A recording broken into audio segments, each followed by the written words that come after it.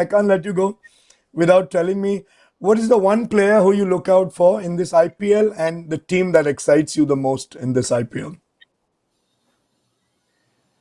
Um, well, I suppose let's want to have a bit of a fairy tale. And you think about Delhi, you think about the Kings 11, and you think about RCB. They've never won it. Those three Yeah. franchises have never won the IPL. It's been dominated by Mumbai and Chennai, as we know, and Kolkata. Those three, really.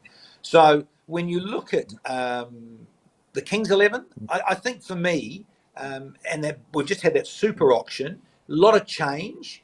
And isn't it amazing? I was talking about it on air with Ravi Shastri and Matty Hayden, like we were on. And so, isn't it fascinating that Shreyas Iyer wins the trophy with KKR, but in the auction then gets to move, can't celebrate it for long, son. This is professional sport, and that's just the reality.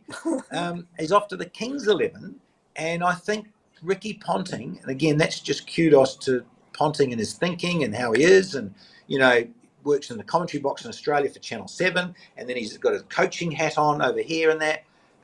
Brilliant, because what he's picked now, he's chosen the side and the balances and stuff and who he's got in his arsenal to call on. I really hope they can go the way because you have a bit of fun with it. I mean, 17 years, this is IPL 18, they've had 17 captains.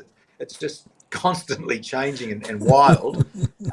For me, I'd love to see the Kings 11 get up and win it because it really would be a little bit left field and freak a few out against the form book.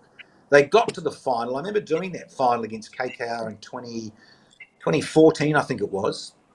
And they lost that final there to KKR in 2014 and Chinnaswamy. And, I was hoping for good things to them there. So, again, again, a bit like script writing, you want the fairy tale a little bit. And, Ponting having to move from Delhi and move on. It's a fresh new look. Shreyas, he's openly expressed how much he's enjoying the relationship with Ponting and has come across Ricky in the past. So, let's see. So I've got a bit of a soft spot for that to see if they can do well. I'm fortunate enough I'll be going up to Mullanpur soon. I've got a couple of games up there up north. So I look forward to that. And a player, I don't know. I mean, a player that stands out there. I mean, I used to have that love affair catching up with MS Dhoni.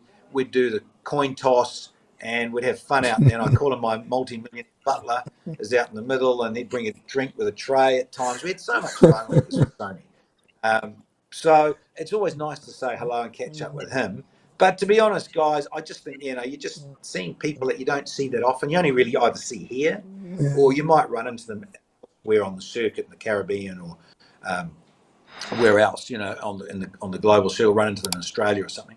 So, fingers crossed. I'm wanting the Kings 11, the Punjab brothers, to do well. Awesome. That's a great choice. Quite surprising. You're going to look out for that.